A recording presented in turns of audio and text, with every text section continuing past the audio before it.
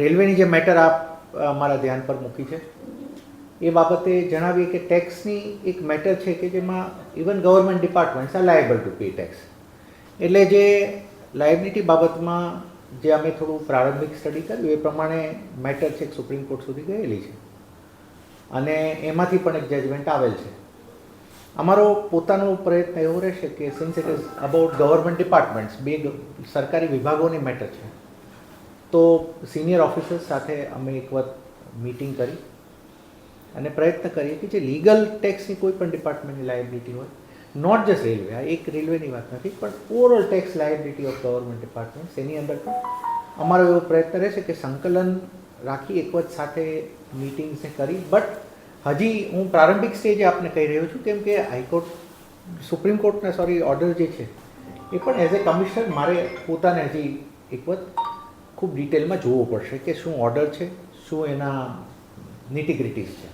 અમારો પ્રયત્ન એવો રહેશે કે કોઈ પણ સરકારી વિભાગના ઇસ્યુઝ હોય તો એ એક સંકલનથી સિનિયર ઓફિસર્સને પણ સાથે રાખી અને એની પોતપોતાની જવાબદારી સમજૂત કરીને એનો સમાધાન લાવવામાં આવે.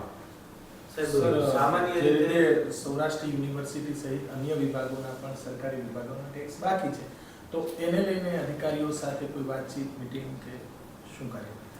હાલ સુધી શું થયેલું છે મને પોતાને ધ્યાનમાં નથી, પણ મેં જેમ આપને કીધું એમ કે સરકારી વિભાગો પણ ટેક્સ જે, બિકોઝ અમારી કોર્પોરેશન તરીકે જે અમારી ટેક્સની ઓથોરિટી છે જેની આકારણી થઈ છે એ તમામ વિભાગો હોય કે વ્યક્તિ હોય એની સાથે અમારે ટેક્સ લેવાનો થાય.